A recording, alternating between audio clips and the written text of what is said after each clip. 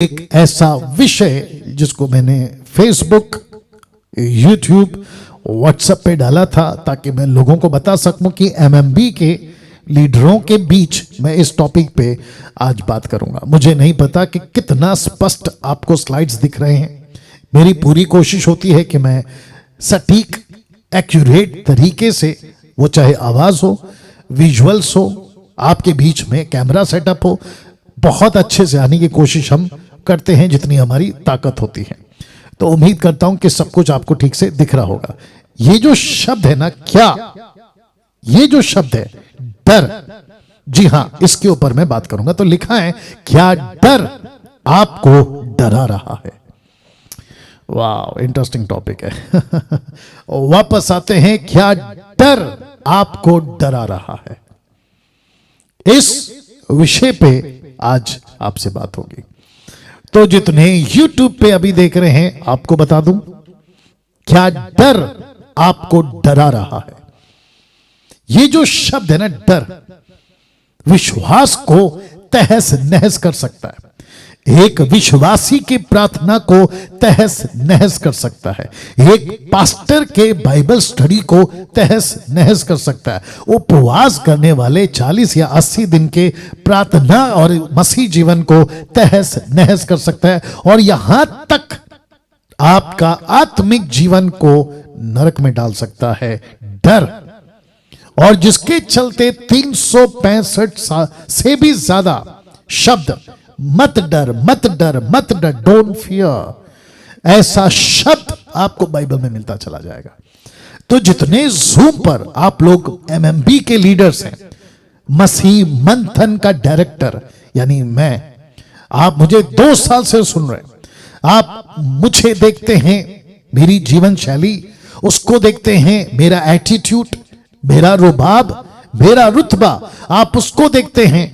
जब ऊपर बैठा सबका बाप के साथ हम सही हैं, तो नीचे जितने भी बड़े बड़े बाप घोषित करते हैं, उनसे डरने की जरूरत नहीं है, जहां तक आप सही हैं। या। तो इस वक्त जितने मुझे सुन रहे हैं यूट्यूब पे, आपको भी बता दूं कि जब तुम सही हो, यीशु की बातों को लेकर चल रहे हो, तो आपको किसी के बाप से नहीं डरना है, क्योंकि सबका बाप आपके साथ है। जी जी जी जी जी, बहुत बहुत शुक्रिया रिस्पांस के लिए। वापस आते हैं, ये जो शब्द है ना डर, क्या आपको डरा रहा है? तो अगर डर आपको डरा रहा है, तो मेरे पास में आज उसका निचोड़ है, एक रास्ता है, और मैं कुछ बातों से आपको उत्साहित करना चाहूंगा। तो नेक्स्ट स्लाइड कहता है, वर्तमान परिस्थितियों पर विशेष अध्ययन। अभी जो एटमॉस्फियर है ना, वर्तमान में जो परिस्थितियां हैं, उस पर यह अध्ययन आपके बीच में ला रहा हूं, या बाइबल स्टडी आप बोल सकते ला रहा हूं। और जितने एमएमबी के लीडर हैं, 280 के आसपास में आप लोग जुड़ चुके हैं, आपको बताता चलूं कि इन विषय पे आज आप लोगों के बीच मैं आ रहा हूं। तो आज के 3 वर्तमान परिस्थितियों का डर। तो सबसे पहला डर, सताव का डर। दूसरा, महामारी का डर। तीसरा, गरीबी का डर। विश्वासी देश का हो या विदेश का हो, आज मुझे जो दिखता है, पवित्र आत्मा ने जो बातें मेरे अंदर डाली हैं, कि आज की वर्तमान परिस्थितियों का डर, पहला सताव, दूसरा महामारी, और तीसरा गरीबी। इस 3 चीजों का डर सबसे ज्यादा आज आपको डरा रहा होगा। सताव, महामारी, गरीबी। सताव मतलब क्या, जो कि मैं उसके ऊपर आज बहुत ज्यादा बात करूंगा। महामारी, चारों तरफ डॉक्टर्स डरा रहे हैं, चारों तरफ न्यूज वाले डरा रहे हैं, चारों तरफ व्हाट्सएप पे कोई ऐसा वायरल मैसेज आ जाता है, उसको लेकर डरा रहे हैं। तीसरा, महामारी अगर है, नौकरी जा रही है, नौकरी नहीं है, नौकरी नहीं है, पैसा नहीं है, पैसा नहीं है, गरीबी आ गई। तो एक विश्वासी, जी हां, मैं विश्वासियों से बात कर रहा हूं, एक विश्वासी आज इन 3 डरों का सामना कर रहा है। सताव का डर, महामारी का डर, गरीबी का डर। जो सच्चे मसीह हैं, बहुत ध्यान दीजिएगा, जो सच्चे मसीह हैं और जो प्रभु के साथ सही हैं, और वो पौधा जिसको मसीह ने लगाया है, मत्ती 13:13 माफ करें, उस पौधे को पानी खुदा डालेगा, प्रभु डालेगा। तो जो सच्चा है वो डाली की तरह, यूहन्ना 15:5 के अनुसार वो डाली की तरह जो उसमें बना रहता है, यीशु की बातें उसमें बनी रहती है। 15:7 कहता है कि जो चाहो मांगो मिलेगा। तो इसका मतलब है कि जो सही है प्रभु के साथ, उसको सताव का डर नहीं होना चाहिए, महामारी का डर नहीं होना चाहिए, गरीबी का डर नहीं होना चाहिए, जिसके चलते मैंने ये 3 परिस्थितियों को आपके बीच में रखा है, जिसको अधूरे ज्ञान के मसीह लोग, जिनका रिश्ता प्रभु के साथ नहीं है वो लोग, और जो परमेश्वर को ठीक से नहीं समझते वो लोग, ये तीनों डर का शिकार हो सकते हैं। Yes, thank you. ये तीनों डरों का शिकार वो हो सकते हैं। लेकिन आज महामारी का डर, गरीबी का डर पर मैं बात नहीं करूंगा। मैं सिर्फ और सिर्फ एक ही डर का बात करूंगा, जैसा लिखा है कि लेकिन सबसे ज्यादा डर है सताव का, सताव का। जी हां, तो इसके ऊपर आज आप लोगों से मैं बातें करूंगा, और इसीलिए आज मैं आपको 3 चरित्रों से उत्साहित करना चाहूंगा। पहला यहोशू योद्धा, उससे दूसरा एलीशा भविष्यवक्ता, और तीसरा यहोशापात राजा। इन तीनों कैरेक्टरों से, क्या सब ठीक है? क्या करना है?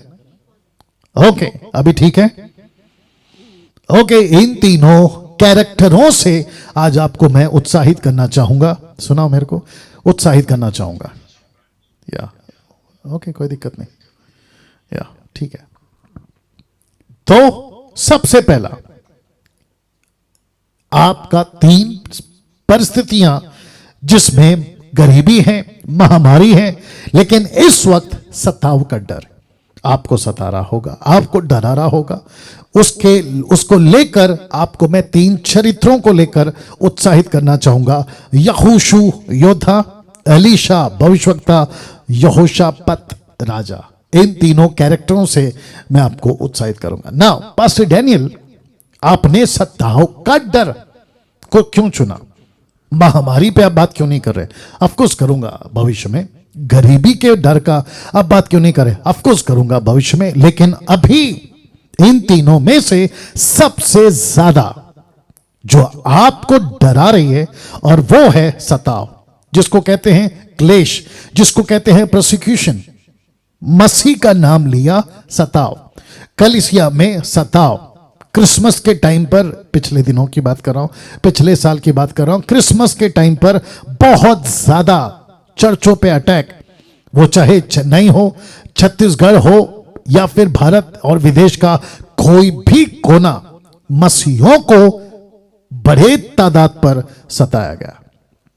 तो उसका डर अगर आपके अंदर है, जिसके चलते आपको लगता है कि मैं सेवा कैसे करूं।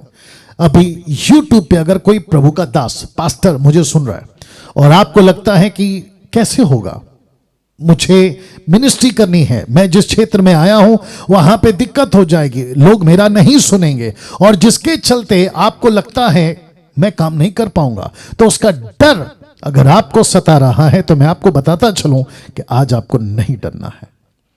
इन 3 चरित्रों से आपको मैं उत्साहित करूंगा कि आपको नहीं डरना। कैसे परमेश्वर ने काम किया यहोशू के जीवन में, एलीशा के जीवन में, यहोशापात के जीवन में। अगर परमेश्वर, इब्रानियों 13:8, हिब्रू 13:8, अगर कल आज युगानुयुग एक सा है, तो वही परमेश्वर जो उनको योद्धा बनाकर, उनको भविष्यवक्ता बनाकर, उनको राजा बनाकर अगर विजय का जीवन दिला सकता है, और उनको सताव के मध्य में विक्ट्री, विजय दे सकता है, तो वो आपको भी दे सकता है। या थैंक यू, आपको भी दे सकता है। तो जिसके चलते आपको बताता चलूं कि सताव का डर अगर आपको है, तो आज आपको ये 3 कैरेक्टर से नहीं डरना है। ना पास्टर डैनियल, आपने सताव का क्यों चुना? तो सबसे पहले मैं आपको बता दूं, ये फोटो देख लीजिए प्लीज। जी हाँ, ये फोटो देख लीजिए। Wonderful Jesus. आप देख सकते हैं, एक तरफ यीशु एक पापी को बचा रहा है, दूसरी तरफ एक ऐसा तस्वीर है जहां पूरी दुनिया को मैंने रखा है। नीचे नरक है, ऊपर स्वर्ग है, और बीच में यीशु का सुसमाचार। तो इसको कहते हैं, एक विश्वासी के लिए मेल मिलाप का वचन हमें सौंप दिया गया। इसका मतलब है रिकंसिलिएशन मिनिस्ट्री।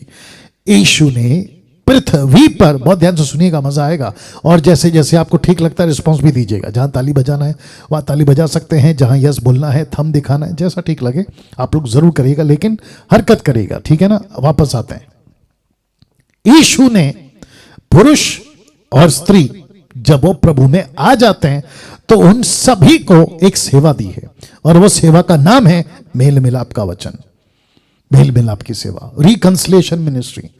इस पृथ्वी पे आप जिस किसी भी जगह पर रहते हैं, छोटा सा गांव हो, यह वचन आपका है, बड़ा शहर हो, यह वचन आपका है, आप बड़े लिखे, अमीर या अनपढ़, यह मिनिस्ट्री आपकी है। ऐसा कोई नहीं कह सकता कि मुझे यह मिनिस्ट्री नहीं मिली। The moment you get saved, उसी वक्त आपको यह सेवा मिल जाती है, और सेवा का नाम क्या है? मेल मिलाप। तो इस पृथ्वी पर आपको सेवा मिली है ना। पास्टर डैनियल, वचन कहां पर है? ये लीजिए, वचन आ गया, 2 कोरिन्थियों 5:19, 2 कोरिन्थियंस 5:19 लिखा है, अर्थात परमेश्वर ने मसीह में होकर अपने साथ संसार का मेल मिलाप कर लिया। तो यीशु के वजह से पूरी दुनिया का, आज की पॉपुलेशन है 790 करोड़, भारत की पॉपुलेशन है 135 करोड़ से भी ज्यादा। तो यीशु कहता है, परमेश्वर ने यीशु के द्वारा संसार का, महाराष्ट्र का, पंजाब का, गुजरात का, राजस्थान का, हरियाणा का, रांची झारखंड का, वेस्ट बंगाल का, कर्नाटका, तमिलनाडु, आंध्र प्रदेश, तेलंगाना, आप उस तरफ चले जाइए नॉर्थ में, दुनिया का कोई भी जाति, उसको यीशु के वजह से रिकंसिलिएशन का मौका दिया है।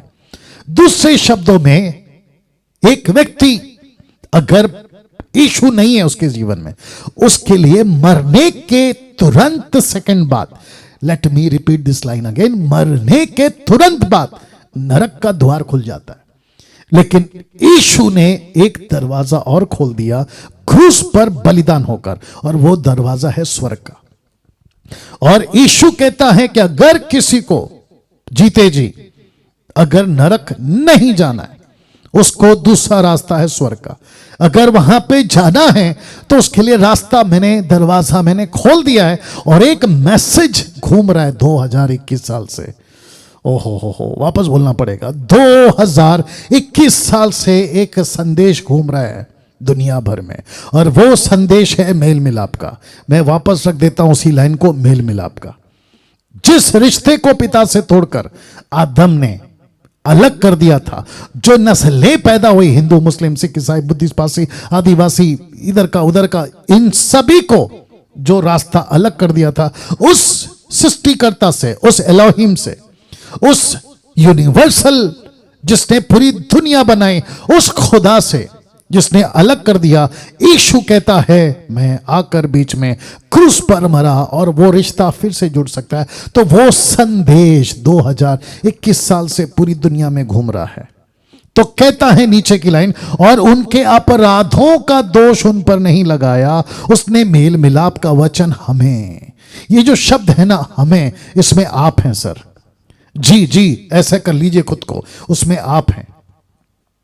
जितने भी देख रहे हैं, शुक्रिया, जितने भी देख रहे हैं, आपको दे दिया। तो इसका मतलब है कि यीशु का वचन लेकर अगर हम सड़क पर निकल जाएं, तो आपको क्या लगता है कि आपका स्वागत होगा या आपका अपमान? जी, आप जानते हैं आपका अपमान होगा, और उसी को कहते हैं सताव। और जैसे ही आप सताव के लिए तैयार हो जाते हो और आपको लगता है कि अब सताव आएगा, तो इसका मतलब है कि आपके अंदर आ गया सताव का डर। और ये 3 कैरेक्टर से मेरी पूरी कोशिश होगी कि वो डर आपके अंदर से मैं निकाल सकूं, ठीक है ना। तो सबसे पहले आपको एक कैरेक्टर से, चरित्र से मिलाता हूं और उसका नाम है यहोशू। आप चित्र देख लीजिएगा, यहोशू। Wonderful Jesus. मुझे मिनिस्ट्री करनी है, मैं करना चाहता हूं, वेरी गुड, करना होगा आपको। और जिसके चलते आपको सताव का डर सताता है, लेकिन इस कैरेक्टर से आज आपको वो डर से बाहर निकालने की पवित्र आत्मा मेरे द्वारा आपके लिए कोशिश करेगा। यहोशू एक ऐसा शब्द लिखा है यहोशू 1:9 में, भय ना खा, डोंट फियर। मैं कुछ सेकंड इसको रख रहा हूं और मैं चाहता हूं कि आप इसको ठीक से देख लें प्लीज। जी, कुछ तस्वीरें आपको मदद करती हैं समझने के लिए। जी, लिखा है भय ना खा, डोंट फियर। ये जो शब्द है ना यहोशू 1:9, आप जब पढ़ते हैं तो ऐसा लगता है कि ओके बस लिखा हुआ है। जी नहीं, आज इसके डेप्थ में जाएंगे, आज इसकी गहराई में जाएंगे। आपको पता है यहोशू एक ऐसे जगह पे खड़ा था, अगर वो आगे जाता है तो दुश्मन, पीछे जाता है तो दुश्मन, दाई जाता है तो दुश्मन, बाई जाता है तो दुश्मन। वो बीच जंगल में इसका एक लीडर था, उसका नाम था मूसा। उसको बीच रास्ते में छोड़ जाता है और उसकी मौत हो जाती है और उसकी डेड बॉडी तक इन लोगों को नहीं मिलती। Is that right? उसकी डेड बॉडी तक नहीं मिलती है। ऐसे टाइम पे एक वचन परमेश्वर का आता है, यहोशू भय ना खा, मतलब तुझे डरना नहीं है। पास्टर डैनियल, मैं महाराष्ट्र में काम करता हूं, छत्तीसगढ़ में काम करता हूं, रांची में काम करता हूं, झारखंड में काम करता हूं, पंजाब में काम करता हूं, वेस्ट बंगाल में काम करता हूं। आपको नहीं पता है यहां चारों तरफ क्लेश है। तो फिर मेरा प्रश्न है कि यहोशू कहां खड़ा है? यहोशू कहां खड़ा है? या यहोशू भी तो वहीं खड़ा है ना? या जरा सोच के देखिए आप, जरा सोच के देखिए आप। ऐसे टाइम पे मत डर, ये शब्द, जबकि चारों तरफ डर का माहौल है, ऐसे टाइम पे यहोशू 1:9 आ रहा है और प्रभु कहता है मत डर, भय ना खा। एक सेकंड दीजिए प्लीज। भय ना खा। अगर आप यहोशू होते, अगर मैं यहोशू होता, तो परमेश्वर को कहता कि प्रभु आप कैसे बोल सकते हैं कि डर मत, भय मत खा। मेरे पास तो रीजन है, मेरे पास में जेन्युइन रीजन है, मेरे पास में वजह है डरने का। क्या डर है? आपको शायद नहीं पता है कि एक ऐसी जाति थी जिसको कहते हैं कैनानाइट्स, कनानी। जब मूसा ने 12 लोगों को भेजा था जासूस बनाकर, आपको पता होगा कि क्या रिपोर्ट आई थी। वहां के नगर बड़े बड़े हैं, वहां के शहर बड़े बड़े हैं, वहां के लोग दानव जैसे, निफिलियंस, वहां का अंगूर संतरा जैसा, संतरा कलिंगड़ जैसा, कलिंगड़ भोपला जैसा, अगर आपको पता होगा ये सारे नाम। वहां की शहर पना मतलब दीवारें बड़ी ऊंची ऊंची है। अब आप सोच के देखिए, इस व्यक्ति को वहां पहुंचना है। आप लोग सब समझ रहे हैं मैं क्या बात कर रहा हूं? ये व्यक्ति जिसका लीडर अभी अभी मरा है, उसका नाम है मूसा, अभी जस्ट मरा है।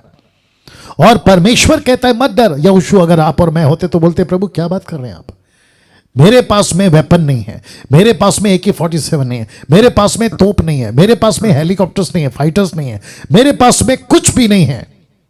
और जिन जिन लोगों को आप मुझे मूसा के द्वारा लीड करने के लिए छोड़कर गए, वो ऐसे लोग हैं जो बार बार शक करते हैं। कभी पानी का प्यास, तो कभी रोटी चाहिए, तो कभी मटन चाहिए, और कभी झगड़े करते हैं। ऐसी भीड़ के बीच में परमेश्वर ने इस व्यक्ति को कहा भय ना खा, मत डर। अब आपको बताता हूं कि यहोशू 1:9 में वो दरअसल हुआ क्या था। आइए मेरे साथ। लिखा है क्या मैंने तुझे आज्ञा ना दी? Question mark. हियाव बांधकर दृढ़ हो जा, मतलब बी बोल्ड। हियाव बांधकर दृढ़ हो जा, भय ना खा और तेरा मन कच्चा ना हो। पता है क्यों तेरा मन कच्चा ना हो? इसका मतलब है कि प्रभु कहता है कि ऐसा हो सकता है कि सुबह का न्यूज़पेपर, वो बात अलग है कि उन दिनों में न्यूज़पेपर नहीं आते थे, लेकिन आज के पब्लिक से बात कर रहा तो आपको समझना होगा। सुबह का न्यूज़पेपर में तू अगर फिलिस्तीयों का बात सुने, कनानियों का बात सुने, हित्तियों का बात सुने, किसी दुश्मनों का बात सुने और उनकी रिपोर्ट तुझे पता चले कि उनके पास में लाखों की तादाद में सेना है, तो तेरा मन कच्चा ना हो। वाह! इसका मतलब है कि प्रभु पहले से प्रिपेयर कर रहा है कि तेरा मन कच्चा ना हो, क्योंकि जहां जहां तू जाएगा वहां वहां तेरा परमेश्वर यहोवा तेरे संग रहेगा। जहां जहां मतलब कहां? ये यूं ही नहीं बोला है, बहुत ध्यान दीजिएगा प्लीज। ये यूं ही नहीं बोला है कि जहां जहां तू जाएगा वहां वहां तेरा परमेश्वर तेरे संग रहेगा, क्योंकि परमेश्वर को पता था कि ये कहां कहां जाएगा, इसलिए लिखा है कि जहां जहां तू जाएगा। ये दुश्मनों के कैंप में जाएगा। तो प्रभु कहता है कि जब तू कनानियों के पास जाएगा, फिलिस्तियों के पास जाएगा, जब तेरा वंश आगे बढ़ेगा, जब ऐसे लोग तेरे विरोध में उठेंगे, कहता है कि मैं वहां वहां तेरे संग रहूंगा। मुझे ताज्जुब है इस वचन को लेकर, आउट ऑफ कॉन्टेक्स्ट में बहुत सारे लोगों ने इसका फ्रेम बनाकर अपने घर के दरवाजों पे, छत पर, न जाने बेडरूम के वॉल पर लगा लिया है, और ये वचन का सहारा लेकर आप खुद को तसल्ली दे रहे होंगे कि चलो परमेश्वर ने एक वचन लिखा है। बाइबल जादू की चीज नहीं है, बाइबल सुपरस्टिशियस नहीं है, आप कोई वचन को उठाकर दीवार पर चिपका दो, ऐसा नहीं है। परमेश्वर ने सिर्फ और सिर्फ यहोशू से कहा, और ऐसे लोगों से आज कह रहा है जो उसके लिए काम कर रहे हैं। ये सबके लिए नहीं है, या ये सबके लिए नहीं है साहब। ऐसे बहुत सारे लाइन आपके बीच में मैं रखता चला जाऊंगा।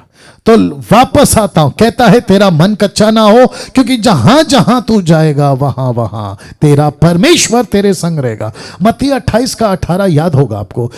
कहता है कि जाओ, चेला बनाओ, पिता पुत्र पवित्र आत्मा के नाम से बपतिस्मा दो, मेरी बातें उन्हें मानना सिखाओ, देखो जगत के अंत तक मैं तुम्हारे साथ हूं। किसके साथ? जो मसीह का काम करेगा उसके साथ में। तो इसलिए मैं फिर कहता हूं कि ये वचन को उठाकर दीवार पर फ्रेम बनाकर मत लगाइए। परमेश्वर को पूछो, क्या मैं आपके लिस्ट में हूं? अगर आपके मैं लिस्ट में हूं तो ये वचन लगाने की जरूरत नहीं है, परमेश्वर वैसे ही आपके साथ में मौजूद है। वाह, क्या बात है! See that? तो इसका मतलब यह हुआ कि वचन 9 कहता है कि परमेश्वर कहता है जहां जहां तू जाएगा मैं तेरे साथ रहूंगा। नाउ मैं इसकी शुरुआत कर रहा हूं वचन 1 से, यहोशू 1:1। आइए देखते क्या लिखा है। यहोवा के दास मूसा की मृत्यु के बाद यहोवा ने उसके सेवक यहोशू से, जो नून का पुत्र था, कहा। क्या कहा? देखो, एक और चीज मेरे को समझ आ रही है, परमेश्वर कभी टाइम पास नहीं करता। कम ऑन, डायरेक्ट मुद्दे पे आ गया। वापस पढ़ दो, परमेश्वर कभी टाइम पास नहीं करता, डायरेक्ट मुद्दे पे आ गया। परमेश्वर ने ये नहीं कहा कि ओहो तेरा बहुत दिल दुखी हो रहा है, तेरा लीडर मर गया है, अब आगे क्या करते, चलो बैठ के चाय पीते। बिल्कुल नहीं, परमेश्वर कभी टाइम पास नहीं करता, उसको अपने काम से मतलब है। वापस आते हैं, यहोशू जो नून का पुत्र था, कहा। वचन 2, मेरा दास मूसा मर गया है, सो अब तू उठ, कमर बांध। क्या कहता है? तू उठ, कमर बांध। मतलब कमर बांधने का मतलब क्या पता है? अपने आप को तैयार कर ले। ये लैंग्वेज है बाइबल की, उठ और कमर बांध। क्यों? कहता है और इस सारी प्रजा समेत यरदन पार होकर उस देश को जा। उस देश को जा, कौन कौन सा देश? इसलिए मैंने लिखा, उसको हाईलाइट किया, उस देश को जा जहां जाने से, बहुत ध्यान दीजिएगा, जहां जाने से तू डर जाएगा। वाह, आप नहीं समझे शायद, जहां जाने से तू डर जाएगा। इसलिए पहला वचन क्या रखा था मैंने वचन 9 में? भय ना खाना, डरना नहीं। महाराष्ट्र जा, लेकिन कैसे जाऊं? डर लगता है। पंजाब जा, कैसे जाऊं? डर लगता है। छत्तीसगढ़ जा, कैसे जाऊं? डर लगता है। वेस्ट बंगाल जा, कैसे जाऊं? डर लगता है। प्रभु कहता है उठ, कमर बांध, सारी प्रजा समेत यरदन पार होकर उस देश को जा जिसे मैंने उनको, अर्थात इजरायलियों को देता हूं। मतलब मैं 6 लाख लोगों को उस पार ले जाऊंगा, लेकिन मैं देखना चाहता हूं कि तू इन लोगों को उस पार पहुंचा। ऐसा चैलेंज, ऐसी चुनौती, जिसके पास में ना जीपीएस है, ना मैप है, ना टॉर्च है, ना किसी प्रकार की सुविधा, राशन तो दूर की बात है साहब। ऐसे व्यक्ति को कहता है उठ, कमर बांध, अब तू लीडर है। इसलिए मैंने नाम क्या डाला, यहोशू योद्धा। वचन 3, उस वचन के अनुसार जो मैंने मूसा से कहा, अर्थात जिस जिस स्थान पर तुम यहोशू, तुम और 6 लाख लोग पांव धरेंगे या धरोगे, वह सब तुम्हें देता हूं, सब तुम्हें दे देता हूं। जंगल उस लबानोन से लेकर परात महानद तक, सूर्यास्त के और महासमंदर तक, हित्तियों का सारा देश तुम्हारा भाग ठहरेगा। Can you believe this?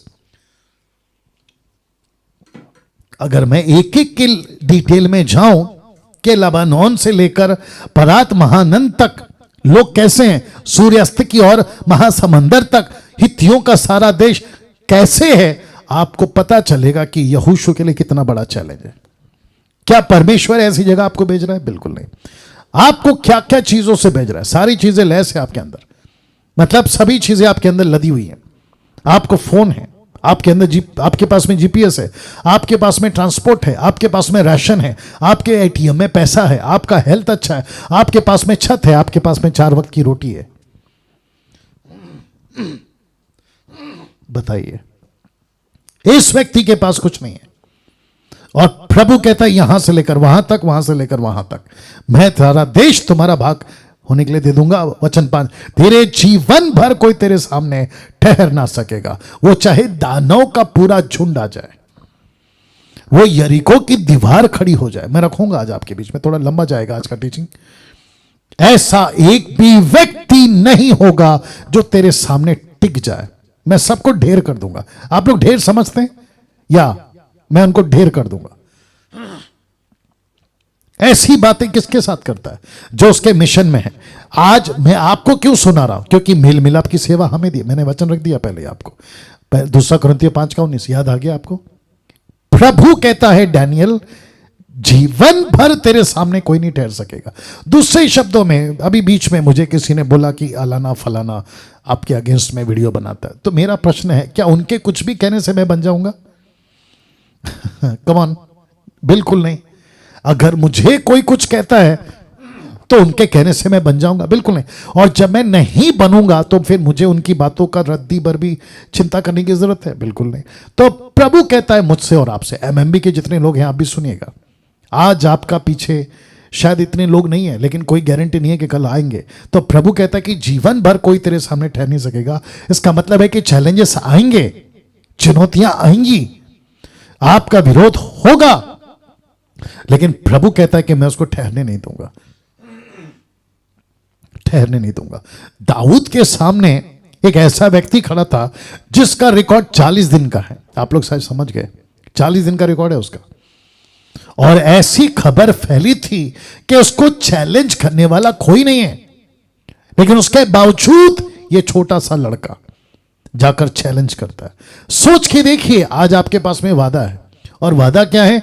परमेश्वर आपके साथ है, परमेश्वर आपके अंदर है, पवित्र आत्मा आपके अंदर है, पवित्र आत्मा के 9 वरदान आपके अंदर है, साल का पहला वचन, परमेश्वर की आत्मा का दान और परमेश्वर का सामर्थ आपके अंदर है। उसको रख कर अगर आप डरपोक बन गए तो लास्ट का स्लाइड आपके लिए रखूंगा मैं, मिनिस्ट्री नहीं हो पाएगी, मिनिस्ट्री नहीं हो पाएगी। या थैंक यू। तेरे जीवन भर कोई तेरे सामने ठहर ना सकेगा।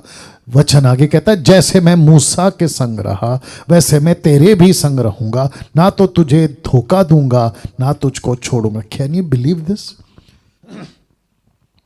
ये तो देखो, एक चीज बोलता हूं, जरा ध्यान दीजिएगा, सब लोग ध्यान से सुनिएगा। परमेश्वर को लिखने की जरूरत ही नहीं है कि मैं तुझे धोखा नहीं दूंगा, क्योंकि परमेश्वर के नेचर में धोखा है ही नहीं। उसके बावजूद वो कह रहा है कि मैं धोखा नहीं दूंगा, तो सोच के देखिए कितनी पक्की बात है। वाह राइट एस्तर जी, परमेश्वर धोखा नहीं देगा, ये लिखने की जरूरत नहीं है।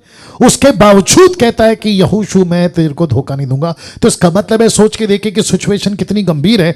यहोशू को कितना मोटिवेट कर रहा है कि यहोशू मत डर यार, मैं तेरे साथ हूं, तुझे धोखा नहीं दूंगा। तो इसका मतलब है कि यहोशू के लिए बहुत बड़ा चैलेंज था आगे।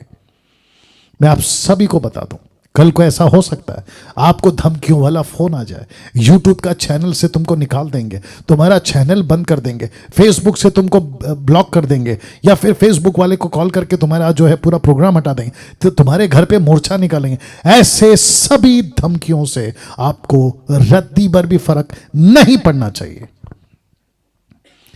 नहीं पड़ना चाहिए, या नहीं पड़ना चाहिए, नहीं पड़ना चाहिए। मुझे ताजुब है, एक वीडियो मैंने देखा था कि हिंदुस्तान को कुछ विचित्र प्राणी लोगों ने, अधूरे ज्ञान के लोगों ने कहा कि हिंदू राष्ट्र बनाएंगे। आप लोगों ने सुना भी होगा, वीडियो देखा भी होगा। हिंदू, और वचन लिया उन्होंने, सबको रिपीट करवाया। अब आप सोचिए, ऐसे लोग ये जज्बा रख सकते हैं, इसको कहते हैं अधूरा ज्ञान। आपके पास में सत्य है, आपके पास में जीवन का वचन है, आपके पास में वो परमेश्वर है जिसने पूरी दुनिया बनाई है। आपका जज्बा कैसा होना चाहिए, आपकी तड़प कैसी होनी चाहिए, आपका पैशन कैसा होना चाहिए, जरा सोच के देखिए आप। तो प्रभु कहता है, जैसे मैं मूसा के संग था वैसे तेरे संग रहूंगा, ना तुझे धोखा दूंगा ना तुझको छोड़ूंगा। वचन 6, इसीलिए हिया बांधकर दृढ़ हो जा। ये देखिए कितनी बार बोल रहा है, दृढ़ हो जा, क्योंकि जिस देश के देने की शपथ मैंने उनके पूर्वजों से खाई थी उसका अधिकारी तू उन्हें करेगा। ब्रैकेट में यहोशू, तू। अब आपको एक मजेदार बात बताता हूं। जिस मिनिस्ट्री को यीशु छोड़कर गया उसने पतरस को दी, जिस मिनिस्ट्री को पतरस छोड़कर गया उसने पौलुस को दी, जिस मिनिस्ट्री को पौलुस छोड़कर गया उसने तिमोथी को दी, जिसने तिमोथी को दिया उसने ताइतिस को दी, ऐसे करते लीडरों को दी और आज आपके पास पहुंची। तो जैसे मूसा को कहा था उस देश के बारे में वो नहीं पहुंचा सका, लेकिन तू यहोशू तू पहुंचाएगा। वैसे जितने अभी मुझे ग्रुप में देख रहे हैं, मैं आपको कहना चाहता हूं, आप उनको पहुंचाओगे स्वर्ग में, क्योंकि मेल मिलाप का वचन आपको और मुझे सौंपा गया है। वाह, अद्भुत अद्भुत अद्भुत। यहां ताली बजनी चाहिए प्रभु के लिए। वाह, वंडरफुल जीसस, वंडरफुल जीसस।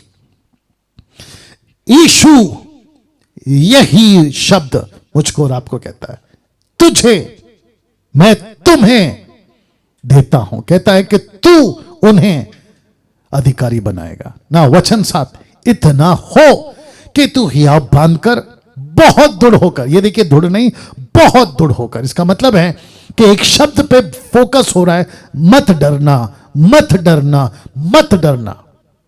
आज पूरी भारत के अंदर एक ऐसा माहौल क्रिएट किया जा रहा है कि सेवा करोगे तो मार देंगे, सेवा करोगे, यीशु का प्रचार करोगे तो तुमको तकलीफ पहुंचा देंगे। ऐसे बीच में डैनियल राज ये बात आपको बोल रहा है, बहुत दृढ़ होकर। कहता है बहुत दृढ़ होकर, जो व्यवस्था मेरे दास मूसा ने तुझे दी है उन सब के अनुसार करने में चौकसी करना। उससे ना तो दाहिनी मुड़ना ना बाएं मुड़ना। तब जहां जहां तू जाएगा, दुश्मनों के बीच में मैंने डाला है, जहां जहां तू जाएगा मतलब दुश्मनों के बीच में, वहां वहां तेरा काम सफल होगा। Can you believe this? अगर आप परमेश्वर के साथ सही हैं, परमेश्वर आपके साथ सही है। आप प्रभु के साथ ठीक चल रहे हैं, प्रभु आपके साथ ठीक चलेगा। कहता है कि जहां जहां तू जाएगा, यहोशू तू दुश्मनों के कैंप में जाएगा, मैं तेरी सहायता करूंगा। तू दुश्मनों को ललकारेगा, तब मैं तेरे साथ खड़ा रहूंगा। ऐसे सभी चीजों में मैं तेरी सहायता करूंगा। और यही शब्द मैं आपको बोल रहा हूं आज। जितने जूम पर हैं मैं उनको कह रहा हूं, जितने यूट्यूब पर है मैं उनको कह रहा हूं, आपको किसी से डरने की जरूरत नहीं है, क्योंकि परमेश्वर ने आपको अपना मेल मिलाप का वचन देकर भेजा हुआ है।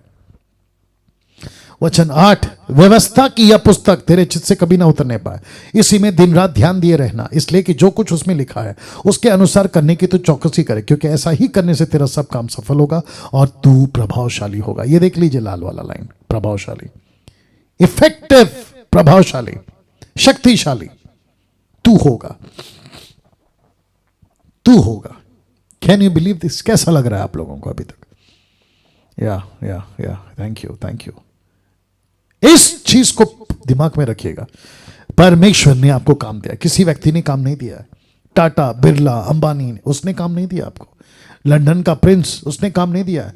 अमेरिका का ओबामा, क्या नाम है उसका, जो बाइडेन, उसने आपको काम नहीं दिया है। मोदी साहब ने आपको काम नहीं दिया। सृष्टिकर्ता परमेश्वर ने, जिसने पूरी दुनिया बनाई है ना, उसने आपको अपना काम दिया हुआ है। तो आप सोचिए आप कितने प्रभावशाली होंगे। या अपना हाथ लेकर पीठ थपथपा लीजिए खुद की। Thank you thank you thank you thank you. ना वचन नो, क्योंकि मैंने तुझे आज्ञा नहीं दी, माफ करना, क्या मैंने तुझे आज्ञा नहीं दी कि हियावबान का दृढ़ हो जा। देखिए कितनी बार परमेश्वर कह रहा है हियावबान हियावबान, be bold be bold be bold. और फिर 9 वचन कहता है भय ना खा, तेरा मन कच्चा ना हो, क्योंकि जहां जहां तू जाएगा वहां वहां तेरा काम, तेरा परमेश्वर यहोवा तेरे संग रहेगा। इसका मतलब है कि अभी तक आधा घंटा हो गया मैं बोल रहा हूं एक ही शब्द पे, यहोशू से कहा मत डर मत डर मत डर मत डर, तुझे सेवा करनी है। नाउ एक ऐसी लड़की जिसका नाम है राहाब, पेशे से, मतलब इसका जो जीवन है, पेशे से ये वेश्या थी या प्रोस्टिट्यूट, वेश्या थी। लेकिन इसका दिल, इसका दिमाग दुनिया के जितनी ईमानदार हैं उससे लाखों गुना बेहतर था। मैं आपको बताता हूं कैसे। इस लड़की का नाम है राहाब, ठीक है ना। इसके पास में 2 जासूस जाते हैं। कितने? 2। यहोशू ही भेजता है और जाकर कहता है कि जाके देखकर आओ, क्योंकि यह हमारा पहला स्टेप है, वहां के लोगों की परिस्थिति क्या है। बोला ठीक है जाते हैं। तो राहाब के पास जब पहुंचते हैं तो इसका स्टेटमेंट सुनिएगा, क्योंकि मैं डायरेक्ट डिटेल पे आ रहा हूं, मैं मतलब मुद्दे पे आ रहा हूं, आगे नहीं जा रहा हूं, ठीक है ना। इसका स्टेटमेंट सुनिए। वचन 9 में कहते, इन पुरुषों से कहने लगी, कौन? ये राहाब, 2 भेदियों से, इन पुरुषों से कहने लगी, मुझे तो निश्चय ही है कि यहोवा ने तुम लोगों को यह देश दे दिया। बाप रे आप लोग नहीं समझे अभी भी। ये वेश्या कहती है, ये लड़की कहती है राहाब कि मुझे कंफर्म है, निश्चय है कि ये देश, कनान, यरदन, जितने भी, ये परमेश्वर ने तुम लोगों को दे दिया। और तुम्हारा डर, बाप रे, यहोशू का डर, तुम 2 भेदियों का डर, 6 लाख पुरुषों का डर, यहोवा के नाम का डर, तुम्हारा डर या भय हम लोगों के मन में समाया है, और इस देश के सब निवासी तुम्हारे कारण घबरा रहे हैं। ओहो हो, कैन यू बिलीव दिस। ये राहाब को कैसे पता चला? अब मैं ज्यादा डिटेल में नहीं जाना चाहता हूं। वहां के जितने सिपाही हैं इसके पास आते होंगे, वहां का कोई मंत्री का लीडर होगा वो इसके पास आता होगा और चर्चा करता होगा, ऐसा हो रहा है वैसा हो रहा है, आज बहुत टेंशन में, आज बहुत चिंता में, आज हम डिप्रेशन में। बोला क्या हो गया? कोई यहोवा नाम का परमेश्वर है और उसके लोग हैं और वो कहते हैं, इधर आ जाओ या तो उधर आ जाओ, उसके लोग कहते हैं कि इनका परमेश्वर बड़ा शक्तिशाली है और उसका नाम यहोवा है। वचन 10, आई होप आप लोग एंजॉय कर रहे हैं। वचन 10, क्योंकि हमने सुना है कि यहोवा ने तुम्हारे मिस्र से निकलने के समय तुम्हारे सामने लाल समंदर का जल सुखा दिया था। हमने न्यूज़ पढ़ा, हमको पता चला, व्हाट्सएप पे मैसेज आ गया, वायरल हो गया, न्यूज़ चैनल चला रहे तो यहोवा नाम का चर्चा, मूसा के नाम का चर्चा, और कोई दूसरा लीडर आ गया, उसका नाम है यहोशू। ऐसी चर्चा हमको सुनने मिल रही है। और फिर आगे कहता है, और तुम लोगों ने सिहोन और ओग नाम यरदन पार रहने वाले इमोरियों के दोनों राजाओं को सत्यानाश कर डाला। Can you believe this? सत्यानाश कर डाला मतलब तहस नहस कर दिया। उसके बाद वचन 11, और ये सुनते ही हमारा मन पिघल गया। ओहो हो, हमारा मन पिघल गया मतलब हमारी हालत खराब हो गई, हमारा मन पिघल गया। हमारे हाथों से तालियां बजती थी, अब पैरों से तालियां बज रही हैं। तुम्हारे कारण किसी के जी में जी ना रहा, मतलब रात का खाना खराब, बेचैन, रात को नींद नहीं आ रही है, सुकून नहीं है, सड़क पे चलते हैं तो डर लगा रहता कि कोई आकर मार देगा, जी में जी ना रहा, क्योंकि तुम्हारा परमेश्वर यहोवा ऊपर के आकाश का, नीचे की पृथ्वी का परमेश्वर है। यहां ताली बजनी चाहिए, क्या बात है। ओहो हो, तुम्हारा परमेश्वर यहोवा ऊपर के आकाश का भी परमेश्वर है और नीचे के पृथ्वी का भी परमेश्वर है, पृथ्वी का भी परमेश्वर है। Can you believe this? कौन कह रहा है ये सारा स्टेटमेंट? राहाब वेश्या। नाउ यहोशू जैसे आगे बढ़ा 5वें अध्याय में, यहां कुछ हुआ। आप देख सकते हैं यरदन नदी सूख गया है, पानी जो लबालब भरा था रास्ता निकलने लगा। तो क्या लिखा है देखे, जब यरदन के पश्चिम की ओर रहने वाले इमोरियों के सब राजाओं ने और समंदर के पास रहने वाले कनानियों के सब राजाओं ने यह सुना कि यहोवा ने इज़राइल के पार होने तक उनके सामने से यरदन का जल हटाकर सूखा रखा, मतलब उनको जाने के लिए दिया। और कहते तब इज़राइलियों के डर के मारे उनका मन घबरा गया और उनके जी में जी ना रहा। अब मुझे बताइए पानी कैसे सूख सकता है साहब? मैं आपको बताता हूं। आपको पता है जैसे परमेश्वर ने कहा था ना कि जहां जहां तू पैर रखेगा वो जगह तेरी हो जाएगी। यरदन नदी पे पैर रखा, उनका हो गया। शहर में पैर रखा, उनका हो गया। जिस नगर में घुसे, उनका हो गया। ये जहां जहां जा रहे थे वो शहर इनका होता चला गया, वो जगह इनकी होती चलेगी। और ना केवल जगह, उसकी चर्चा चारों तरफ फैलने लगी। अब आप सोच के बताइए, जितने यूट्यूब के लोग हैं, आप सोच के बताइए अगर परमेश्वर इनके साथ ये कर सकता है, क्योंकि उनका काम परमेश्वर का था। वैसे ही आज आपका काम नहीं है। किसका काम है? कोई बोल दीजिए। परमेश्वर का काम है। तो जब वहां परमेश्वर सहायता कर सकता है तो क्या यहां सहायता नहीं कर सकता? तो फिर डर किसके बाप का है? डर किसके बाप का है? वाह, सी ना। और एक बताता हूं मैं आपको, ये फोटो देख लीजिए आप। आपको पता है एक दीवार थी यरीको बोलकर, द वॉल ऑफ जेरिको। उसको 13 चक्कर लगाए। कुछ लोगों को पूछते थे, कहते 7 चक्कर लगाए। 7 नहीं, टोटल 13 चक्कर है।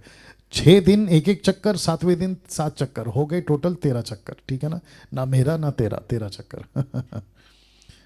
और यरीको की दीवार गिर गई। वचन 1 देखो क्या लिखा, यरीको के सब फाटक इज़राइलियों के डर के मारे लगातार बंद रहे और कोई बाहर भीतर आने जाने नहीं पाता था। इसका मतलब क्या पता है? कि इनके अंदर ऐसा डर आ गया था कि ये बाहर नहीं निकल रहे थे। अब इनको अंदर जाना है, दरवाजे बंद है। तो यहोशू के सामने चिंता आया कि अभी जाए तो जाएं कैसे। परमेश्वर ने ऐसी योजना बनाई, और इसको कहते हैं वॉइस थेरेपी। आवाज लगाई, जय जयकार की, ऊंची ऊंची तुरी की, और ऐसी आवाज लगाई कि यरीको का दीवार ऐसे गिर गया जैसे कोई कच्चे मिट्टी का बना हुआ दीवार धड़ाम से गिर गया। और अब आप सोच के देखिए, जिनका भरोसा दीवार पर था वही टूट गया, तो लोगों का क्या हालत हुआ होगा ना। उसके बाद कुछ और हुआ साहब। यहोशू 8वें अध्याय में वचन 1 में, तब यहोवा ने यहोशू से कहा, मत डर, तेरा मन कच्चा ना हो। ये 8वां अध्याय का बात है। कमर बांधकर सब योद्धाओं के साथ ले और ए पर चढ़ाई कर। सुन, मैंने ए के राजा को, उसकी प्रजा, उसके नगर, देश समेत तेरे वश में कर दिया। आप सभी को पता है कि ए देश क्या था। एक छोटे से गलती के चलते ये लोग हार गए थे। उसके बाद यहोशू को लगा अब क्या। तब परमेश्वर आवाज लगाता है, मत डर, मैं तुझे उनका पूरा देश उनके हाथ में कर दूंगा ना। ये घटना जब घटी, यहोशू के सामने एक बड़ा चैलेंज, ध्यान दीजिएगा, मजा आएगा, इसलिए मैं आज थोड़ा टाइम ले रहा हूं। एक बड़ा चैलेंज, फोटो देख लीजिए पहला। चैलेंज ये था जी, अगर आप लोगों ने फोटो देख लिया है तो मैं आगे बढ़ूंगा। चैलेंज ये था, लड़ाई तो लड़ रहे हैं लेकिन शाम हो रही है, और जो अपोजिट पार्टी थी, दुश्मन थे, उनको अच्छे से पता था कि जैसी रात हो जाएगी इनको हम नहीं दिखेंगे, ये तीर नहीं चला पाएंगे, हमको मार नहीं पाएंगे, इनके घोड़े अंधे हो जाएंगे, ये खुद भी अंधे हो जाएंगे, दिखेगा नहीं, और उस आड़ में हम छुपकर भाग जाएंगे, जान बचा लेंगे। लेकिन इनको नहीं पता था कि इनका परमेश्वर क्या ताकत रखता है। आपको पता है 4 घंटे के लिए सूर्य और चंद्रमा थमा रहा। कहां लिखा है? आइए रखता हूं, यहोशू 10:12 लिखा है, उस समय अर्थात जिस दिन यहोवा ने एमोरियों को इजरायलियों के वश में कर दिया, उस दिन यहोशू ने यहोवा से इजरायलियों के देखते हुए इस प्रकार कहा। किससे कहा? यहोवा से।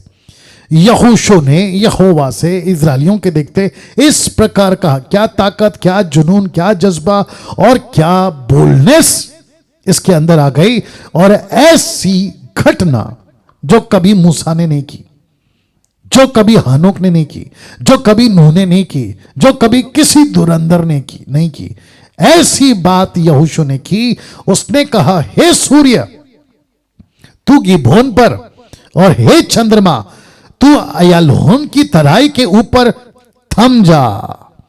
वाह आप लोग अगर नहीं सुने तो फिर से कहता हूं, कहता है कि सूरज रुक जा, चंद्रमा तू भी रुक जा, और कम से कम 4 घंटे तक वो रुक गए।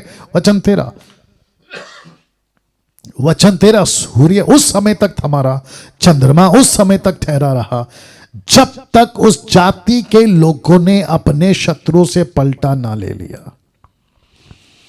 अब बताइए साहब, ऐसा कौन कर सकता है जिसने वादा दिया था कि तू जहां जाएगा मैं तेरे साथ रहूंगा, मैं तुझे धोखा नहीं दूंगा, तू जो बोलेगा मैं वो करूंगा। क्यों?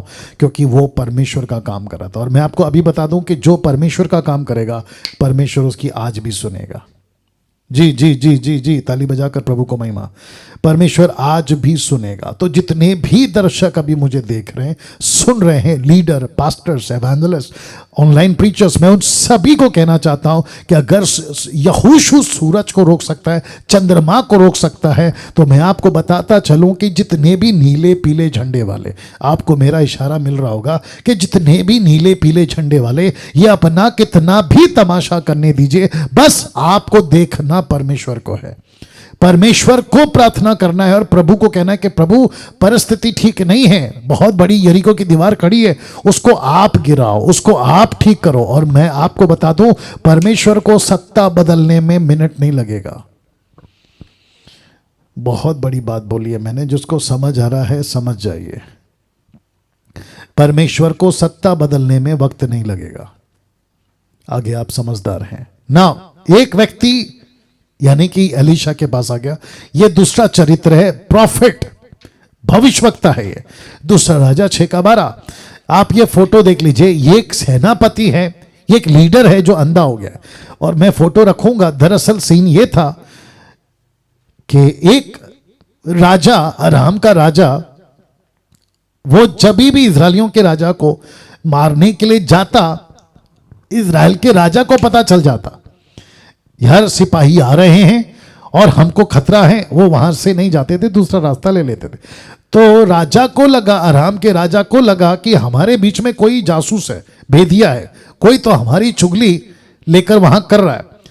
लेकिन उसके एक नौकर ने कहा कि सर ऐसा नहीं है राजा जी, दरअसल उनके पास एक प्रॉफिट है उनके पास में एक भविष्यवक्ता है। बोला क्या करता है? बोला आप जहां नहाते हो ना, वहां क्या क्या बात करते हो वो तक उसको बता देता है। ओ ओ ओ ओ मतलब ऐसी कोई बात आपकी नहीं छुपी रहती इस आदमी से, और जिसका नाम है एलीशा। तो लिखा है एलीशा जो इज़राइल में भविष्यवक्ता है, वह इज़राइल के राजा को वे बातें भी बताया करता है जो तू सियान के कोठरी में बोलता है, मतलब नहाने की कोठरी में बोलता है। मैं आपको बताऊं, इस व्यक्ति ने, जिसका आराम का जो राजा था, उसने बोला अच्छा एक काम करते हैं, इसी को मारो पहले। किसको? एलीशा को। अब आप मुझे बताइए, इज़राइल के राजा को मारने के लिए परमेश्वर इसको बता सकता है, तो खुद इसको मारने के प्लान इसको नहीं बताएगा? बिल्कुल बताएगा। तो ये जो व्यक्ति है ना, जो कपड़ा पकड़कर उसके पीछे पीछे जा रहा है, ये आया था मारने के लिए। देख लीजिए, फोटो दिखा रहा हूं, ये आया था मारने के लिए। ये देख लीजिए, सिपाही नीचे देख रहे हैं आप लोग। एलीशा प्रार्थना कर रहा है, गहेजी परेशान हो गया, ठीक है ना, नौकर या जो भी है वो परेशान हो गया। बोला सुबह सुबह का वक्त था, एलीशा सो रहा था, दौड़ दौड़ कर आए, डर गया ये। बोला दिक्कत हो गई, मुसीबत आ गई। बोला क्या हो गया? बोला हमको मारने के लिए सिपाही है, बहुत बड़ा दल है। तो वचन 16 से 17, उसने कहा मत डर। किसने? एलीशा ने। क्योंकि जो हमारी ओर है वह उनसे अधिक है जो उनकी ओर है। क्या बात है। या ताली वाली लाइन है, या बजा दीजिए। वापस आ रहे हैं। उसने कहा मत डर, क्योंकि जो हमारी ओर है वह उनसे अधिक है जो उनकी ओर है। तो इसका मतलब है तुझे नहीं डरना है। मैं वही कह रहा हूं, सताव से मत डरिए, मत डरिए ना। इसको देखो, तब एलीशा ने यह प्रार्थना की, हे यहोवा इसकी आंखें खोल दे कि यह देख सके। और जब खुली तब यहोवा ने उसकी आंखें खोल दी, और जब वह देख सका तब क्या देखा कि एलीशा के चारों ओर का पहाड़ अग्निमय घोड़ों और रथों से भरा हुआ है। वाह! तो जो मारने आए थे ना, वो आए थे नेचुरल घोड़े पे। जिनको पानी की प्यास लगती है ऐसे घोड़े, जिनको भूख लगती है तो घास चाहिए ऐसे घोड़े। लेकिन प्रभु ने कहा कि मैं ऐसे घोड़े भेज रहा हूं, ना वो पानी पीते हैं ना वो घास खाते हैं, वो सुपर नेचुरल घोड़े हैं। और वो सपोर्टर बनकर आए एलीशा के। सोच के देखिए क्या परमेश्वर है। और ऐसे परमेश्वर को रखकर अगर आप पिद्दी से लोगों से डर जाते हैं, छोटे से झुंड से डर जाते हैं, छोटा सा ग्रुप से डर जाते हैं, और आपको लगता है कि वो नारे लगा रहे हैं इसकी उसकी, तो आपको नहीं डरना है। लेट मी रिपीट अगेन, नहीं डरना है। आखिरी कैरेक्टर जो मुझे बहुत अच्छा लगा, राजा यहोशापात। राजा यहोशापात, आपको पता है 2 ग्रुप मैं रखूंगा, लेकिन पहले वचन पढ़वा देते हैं। वचन 3 लिखा है, तब यहोशापात डर गया, यहोवा की खोज में लग गया, पूरे यहूदा में उपवास का प्रचार किया। दरअसल हुआ क्या था मैं आपको बताता हूं। दरअसल दूसरा इतिहास 20:1 में इसके बाद मोआबियों और अमानियों, इब्रानी भाषा में मोआबियों अमोनियों का मतलब है 2 छोटे बच्चे। अरे बाप रे रिपीट करो, 2 छोटे बच्चे। Can you believe this? 2 छोटे छोटे बच्चे, इसका नाम का मतलब है। उनके साथ कई मुनियों ने युद्ध करने के लिए यहोशापात पर चढ़ाई की। तब लोगों ने आकर यहोशापात को बता दिया कि ताल के पार से, अदोम देश की ओर से एक बड़ी भीड़ तुझ पर चढ़ाई कर रही है, और देख वह आसासोन-तामार तक, जो अनकदी भी कहलाता है, पहुंच गए। अब मैं आपको एक बात बताता हूं। देखिए, जो रिपोर्ट लाके सुनाते हैं ना, कभी कभी बोलते हैं ना, अरे ऐसा हो गया, वो इतना बढ़ा चढ़ा के सुनाते हैं ना कि मैं आपको क्या बताऊं, आदमी वहीं डर जाता है। तो कभी भी बोलने वाले की शब्द को सुनकर आपको डरना नहीं है। कुछ लोग राई का पहाड़ बना देते हैं, आप लोगों ने सुना होगा। होता कुछ नहीं है, लेकिन ऐसा बड़ा चढ़ा के बोलते कि भैया बहुत बड़ा तूफान आने वाला है, होता कुछ नहीं है। तो वैसे ये आदमी था जिसने भी ये लाया ना, तो लिखा है कि बड़ी भीड़ आ रही है, बड़ी भीड़। अरे भाई, भीड़ बड़ी हो छोटी हो, लेकिन ये क्यों भूल गया कि खुदा उसके साथ में। तो मुझे एक लाइन बड़ी अच्छी लगी, मैं रखूंगा। दूसरा इतिहास 20:14 से 15 तक में मैं आपके लिए पढ़ाऊंगा। तब आसाप के वंश में से यहजीएल नाम एक लेवी, याद रखो यहजीएल, ये एक व्यक्ति था, लेवी था, जो जकरिया का पुत्र, बनियाह का पोता, मतनियाह के पुत्र यैल का परपोता, ग्रैंडसन वो था। क्या हुआ देखते हैं। उसमें मंडली के बीच यहोवा का आत्मा समाया। उसमें मंडली के बीच यहोवा का आत्मा समाया। कौन सा आत्मा? पवित्र आत्मा। देखो क्या लिखा है, कहता है, और वो कहने लगा, हे सब यहूदियों, हे यरूशलेम के रहने वालों, हे राजा यहोशापात, तुम सब ध्यान दो। क्या लाइन है, कहता है तुम सब ध्यान दो। क्या ध्यान दो? कहता है यहोवा तुमसे यूं कहता है, तुम इस बड़ी भीड़ से मत डरो। और यहां पे क्या था, ये लाइन देख लो, एक बहुत बड़ी भीड़ तेरे ऊपर चढ़ाई दे रही है। परमेश्वर ने वही स्पॉट पकड़ा, बोला ओ सॉरी आने दो। कहता है बड़ी भीड़ से मत डरो। सी दिस, बड़ी भीड़ से मत डरो, तुम्हारा मन कच्चा ना हो, क्योंकि युद्ध तुम्हारा है ही नहीं, युद्ध परमेश्वर का है। ताली बजाइए। क्या बात है, कुछ सेकंड रखना इसको। युद्ध यहोशू तेरा है ही नहीं। अब एक बात बोलिए आप लोगों को, बहुत ध्यान सुनिएगा, एस्तर जी आपको भी काम आएगा। अब आपको पता है इस व्यक्ति ने वचन 3 में यहोशापात डर गया, यहोवा की खोज में लग गया, यहूदा में उपवास का प्रचार करवाया। यह गलत है क्या? बिल्कुल नहीं। लेकिन यहोवा की खोज बिना डर के करो, यहोवा की उपवास बिना डर के करो, यहोवा का प्रचार प्रार्थना बिना डर के करो। लेकिन यह खोज रहा है डर से, यह उपवास में गया है डर से। ऐसा डर का उपवास गलत है, ऐसा डर का खोज गलत है। बताइए और जबकि इसके ठीक अपोजिट में ये व्यक्ति कहां गया, ये व्यक्ति जिसका नाम एलियाजर है, इसके अंदर परमेश्वर का आत्मा आया और इसको कहता है कि भाई तू डर क्यों रहा है उस बड़ी भीड़ से, और तू तो बेकार में उपवास में चला गया, तू बेकार में प्रार्थना में चला गया, जबकि तुझे निडर होकर बोलना चाहिए अगर परमेश्वर हमारी ओर है तो हमारा विरोधी कौन हो सकता है। क्या बात है।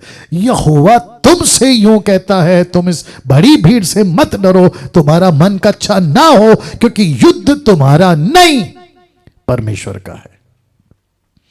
महाराष्ट्र के जितने pastors, leaders, independent ministry, Pentecostal, charismatic, आप दुनिया भर के डिनोमिनेशन के लोग हैं, मैं सभी को कहना चाहता हूं मिनिस्ट्री आपका नहीं परमेश्वर का है, तो नीले पीले झंडे वालों से डरने की जरूरत नहीं है आपको।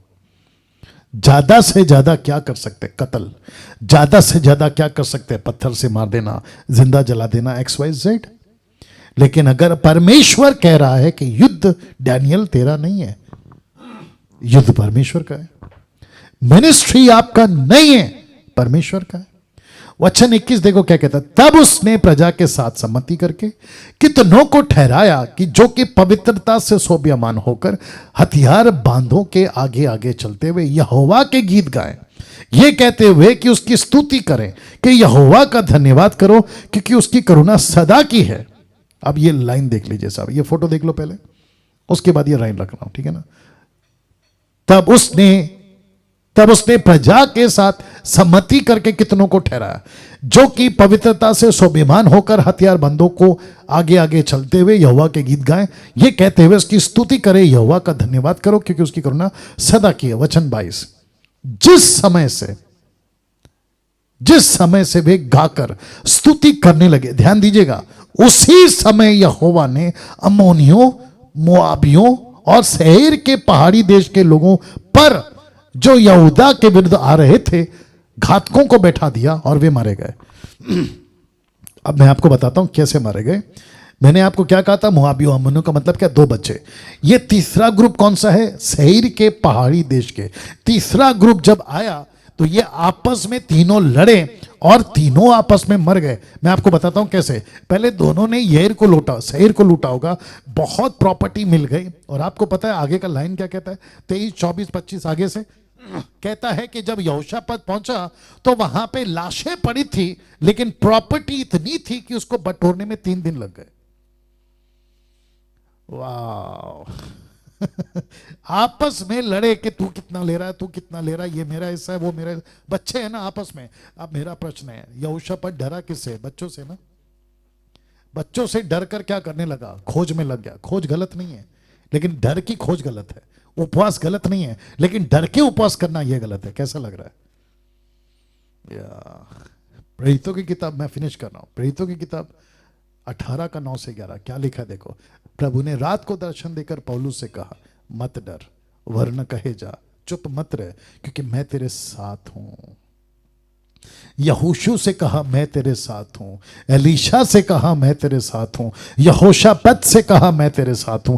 पौलुस से कह रहा है, मैं तेरे साथ हूं। आज मुझसे और आपसे भी कहता है, मैं तेरे साथ हूं। क्यों कहता है पौलुस, चुप मत रह।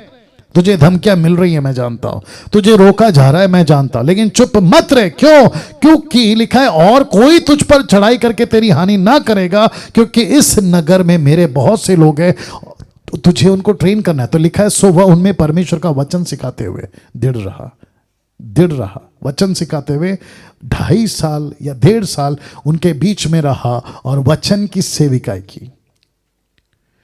वचन की सेविकाई की। इसका मतलब क्या है, प्रभु क्या चाहता है, तभी क्या चाहता था ओल्ड टेस्टमेंट में, शहर को कब्जा करो, नगर को जीतो और वहां बस जाओ। अभी क्या कहता है, आत्माओं को जीतो, आत्माओं पर कब्जा करो और उनको स्वर्ग के राज्य में लाओ। क्या बात है।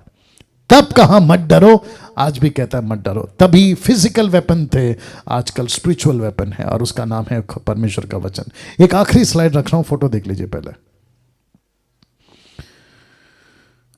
वाह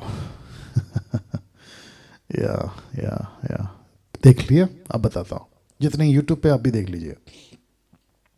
एक वचन है साहब, अक्सर लोग कहते हैं नरक में वो जाएंगे जो शराबी हैं, डाकू हैं, हत्यारे हैं, नक्सलाइट्स हैं, पापी लोग हैं, वो जाएंगे। आपको शॉकिंग न्यूज़ देता हूं कि सबसे पहली लिस्ट में जो जाएंगे लिखा है वचन 8 में, प्रकाशित वाक्य 21:8 में, पर डरपोकों का भाग उस झील में मिलेगा जो आग और गंधक से जलती रहती है, यह दूसरी मृत्यु है। डरपोकों को क्यों प्रभु नरक में पहले डालेगा? क्योंकि डरपोकों के चलते मसीह का काम रुक गया, डरपोकों के चलते सुसमाचार रुक गया, डरपोकों के चलते सड़क पे बाहर निकलना बंद हो गया, डरपोकों के चलते जूम पर, फेसबुक, यूट्यूब पर मसीह का काम रुक गया। तो मैं आप सभी को कहना चाहता हूं, डरपोक बनकर चुपचाप घर पे मत बैठिए, नहीं तो उद्धार पाने के बाद भी आपका नरक में जाना तय है।